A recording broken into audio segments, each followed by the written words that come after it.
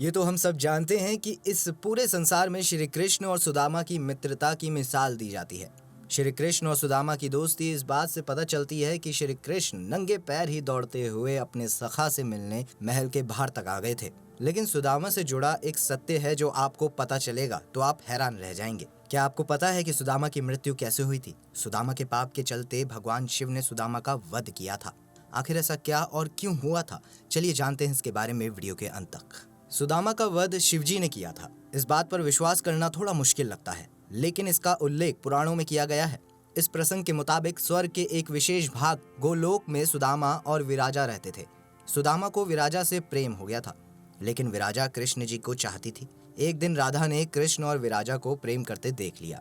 इससे गुस्से में आकर राधा ने विराजा को पृथ्वी पर आने का श्राप दिया। विराजा का जन्म धर्मध्वज के यहाँ तुलसी के रूप में हुआ। राधा ने क्रोध में सुदामा को भी श्राप दे दिया था।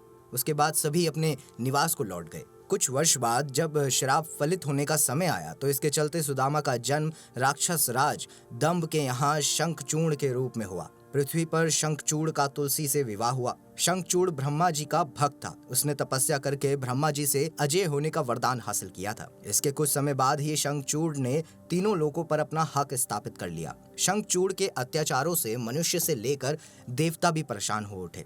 ब्रह्मा जी से मिले वरदान के कारण कोई भी देवता उसके समक्ष टिक नहीं सका और रणभूमि से भागने को मजबूर होना पड़ा। इसके बाद देवी भद्रकाली रणभूमि में शंखचूड़ से लड़ने के लिए पधारी और बहुत लंबे समय तक दोनों के बीच बहुत भयंकर युद्ध हुआ। तभी एक आकाशवाणी हुई कि हे देवी, तुम शंखचूड़ को पराजित नहीं कर सकती हो, क्योंकि यह अजय है। जब तक इसके शरीर पर यह कवच है और इसकी पत्नी तुलसी का सतीत्व बना हुआ है, तब तक इसका कोई कुछ भी नहीं बिगाड़ सकता। यह सब सुनकर देवी भद्रकाली भगवान शिव जी के पास पहुंची और उन्हें आकाशवाणी की सभी बातें बताई। तब भगवान शिव जी श्री विष्णु जी के पास पहुंचे और उन्हें शंखचूड़ के वध के लिए प्रेरित किया। तब शिव जी की बातें सुनकर विष्णु जी शंखचूड़ के पास जा पहुंचे, लेकिन इस बार वे एक ब्राह्मण के वेश में थे। तब वे बोले कि हे दानवराज, इस समय आपके पास एक याचक के रूप में आया हूँ और आप मुझे भिक्षा देने की कृपा करें। यह सुनकर शंखचूड़ बोला कि हे ब्राह्मण, आपको क्या चाहिए? भगवान विष्णु जी ने कहा कि मैं तुम्हारा कवच चाहता हूँ।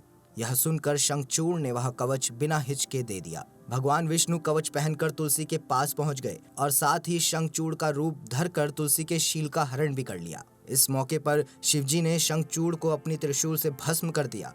इस तरह से शिवजी ने सुदामा के पुनर्जन्म का वध किया था।